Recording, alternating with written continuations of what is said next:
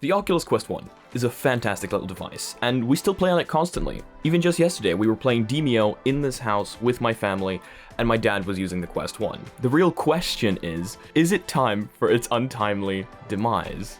Let's get right into it. Thousands of people still play on the Oculus Quest 1, and as I said earlier, we are still one of those people. So why would I be saying that it's time for its untimely demise? Why would it be now all of a sudden time for this amazing device to die? This device is still fantastic. It's not like it's all of a sudden a bad device because the Quest 2 came out a year ago. This still works, and you can still play games on it, and it's still got, according to me, a much better screen than the Quest 2 does, especially with those OLED panels. So why would it be time for it to die? Well, you see, the longevity of a device isn't caused by how many people use it. Thousands of people could still be using a device. It's caused by how many people develop for it, and how many things those people playing on that device have to use on it. Because it doesn't matter if thousands of people still use this device if they have nothing to do with it. So until developers develop for the Oculus Quest 1 and 2 at the same time, well, the Quest 1 is still going to be a relevant device. You can still buy it for a friend and they're still going to have a fantastic time, especially since these things on the used market have gone down quite a bit in price. Sure, comparing it to the Quest 2 is going to be, well, quite a bit more powerful, but let's get to the point. Developers have currently been developing for both devices, maybe bringing down graphics fidelity on this one just a little bit to help it push those frames that it needs to push, especially since this thing only needs to push 72 of them, unlike the Oculus Quest 2, which can now push up to 120. However, that seems to be slowly changing. With the user base pushing for better graphics and just better assets and things that this thing might not be able to push forward with, well, developers are choosing to ditch support for the Quest 1.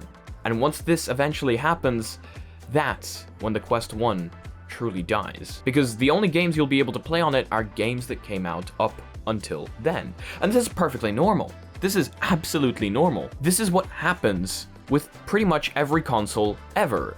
People play the console, and once a new one comes out, and that one is slowly thrown away into the dust. The thing is, with the Quest, it's a little bit easier than that, because this thing supports virtual desktop and supports Airlink. So this will never truly die, because people can still use it as a PC VR gaming machine, which is absolutely fantastic. That's the beauty of these headsets. It's not the standalone part alone that matters. Sure, a lot of people buy it for the standalone part, but with this thing having PC VR support, well, it's never going to truly die as long as PC VR is alive. And as we talked about in a previous video, PC VR is very much still alive. So is the Oculus Quest 1 slowly dying? Well, maybe standalone-wise, yes. Again, as people push for more assets in games, better games, developers can't really be holding back because they still want to develop for this. So maybe standalone-wise, but PC VR-wise? No.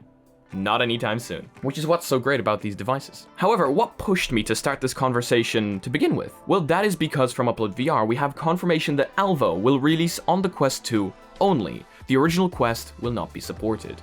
And this is exactly what I was talking about, developers slowly moving away from the Quest 1 and pushing ahead, making their games look better and giving more to the user, but developing only for the Quest 2. Earlier in the week, Upload VR reported that Alvo was coming to the Oculus Quest headsets after launching on PSVR earlier this year. The team was looking for people interested in participating in the upcoming closed beta, with sign-ups available now. However, the application process was accepting Oculus Quest 2 users only, and would not include players on the original Quest headset. Upload VR reached out to the developers of Alvo to clarify whether it was just the beta that was locked for Quest 2, or whether the full release was as well. The developers confirmed to Upload VR that Quest 1 headsets will not be supported for Alvo on Quest, and it will only release for Oculus Quest 2 headsets. Alvo is a multiplayer-only competitive VR first-person shooter, which released earlier this year for PSVR. In Upload's VR review, they called it a surprisingly rewarding bare-bones shooter. The developers made the Oculus Quest announcement on Reddit, noting that Alvo is now approved for the official store release on Quest, and they are looking for beta testers. So again, Alvo being one of the first games to do this. We have had games before just making the game kind of look worse for the Quest 1, and we've had games before locking certain game modes to only Only the Oculus Quest 2. I believe Rec Room was one of the first games to do that. However, now it seems we're slowly moving further. Let me know what you think about this down below. Do you still use the Oculus Quest 1? And what do you think about developers slowly moving onwards? I do believe that this is probably the only thing we can do. If we stick behind and keep sticking to the power of the Quest 1, well, we'd be stuck in the past. And once again, with this thing supporting PC VR, I don't think it's ever truly dead. Okay, that took a lot longer than I thought it would looking at the camera, so we need to speed run the rest because there is a lot to talk about. So let's move on to the next piece of news. So we've seen a lot of weird ways of full body tracking in the past. We've used the Kinect, we've used phones, we've used tissue boxes. I mean, come on, tissue boxes? We've used cameras, and there's a huge update coming out for Driver 4 VR that will let you use a single camera for full body tracking. That's going to be quite interesting. But now it seems, and I've been absolutely spammed with this on our Discord, it seems that a company is creating an intelligent carpet that will be able to sense your body movements from the carpet. And looking at the video that we've got here, it seems to do a very, very good job of it. The sentient magic carpet, well, I sure hope it's not sentient, from Aladdin might have a new competitor. Oh, this is a meme, isn't it? Oh, I just got pranked. While it can't fly or speak, a new tactile sensing carpet from MIT's Computer Science and Artificial Intelligence Laboratory can estimate human poses without using cameras, in a step towards improving self-powered personalized healthcare, smart homes, and gaming. Many of our daily activities involve physical contact with the ground. Well, I would sure hope so, unless one of you guys can fly. So in case you guys want to check out more about this, the video link will be down in the description below. It is certainly quite an interesting way of full body tracking, and it could be more accurate than anything we have had to date, stopping occlusion and things like that. But then again, it could also have its own negatives. I guess we'll just have to see. Okay, VCAT was a big deal. Having an event in VR and having it be like this big event that anyone can go to, and companies were there showing off their stuff. It was huge because it was a completely virtual event. And we've had a bunch of these in the past, but that one was pretty large. Anyone could enter and there was pretty much no limit on people, it being in VR chat. Well, Tokyo has started a game show in VR. Earlier this week, Upload VR reported that Tokyo's Game Show 2021 VR has been revealed for Oculus Quest and PC. TGS announced its lineup today, confirming that the show will once again be taking place online in the wake of the COVID-19 pandemic. But a page of the event's official website also details a VR version that will be available as the show launches on September 30th. It will be available natively on Quest headsets as well as PC VR, where it can be played with or without VR, so almost like a complete VR chat world. That's really cool. According to a brief description, the experience will let users meet their favorite characters and visit booths styled after game worlds. That sounds amazing. With this idea, we are taking on the challenge of building the game show of the future, the message reads. This is what TGS VR is about. The first ever game show in VR. It's a grand experiment. I must say, I am quite excited to check this out. It sounds amazing, be able to meet your favorite characters in VR. And this thing is going to be huge. Confirmed exhibitors at the VR portion include Konami, Sega, Square Enix, and Bandai Namco. Based on those names, we're likely to see a large selection of non-VR titles on the virtual show floor, though you can expect to see VR-specific developers like Altitude Studio, My Dearest, at the event. The page doesn't disclose if the app will have social elements, though an internet connection is required to experience it. So those are some big names. This show will not be small. I am unbelievably excited for this, and to be honest, I'm kind of looking forward to more events showing up in VR, maybe with 3D scans in the future, letting people in VR teleport to these real-life events and walk around. That would be amazing. What about holograms though? Oh, I'm moving too far ahead. Cosmonius High, new VR game from Job Simulator's developer. Reading from Upload VR. Due for release on Oculus Quest and PC VR headsets in 2022, Cosmonius High casts players as a student at the titular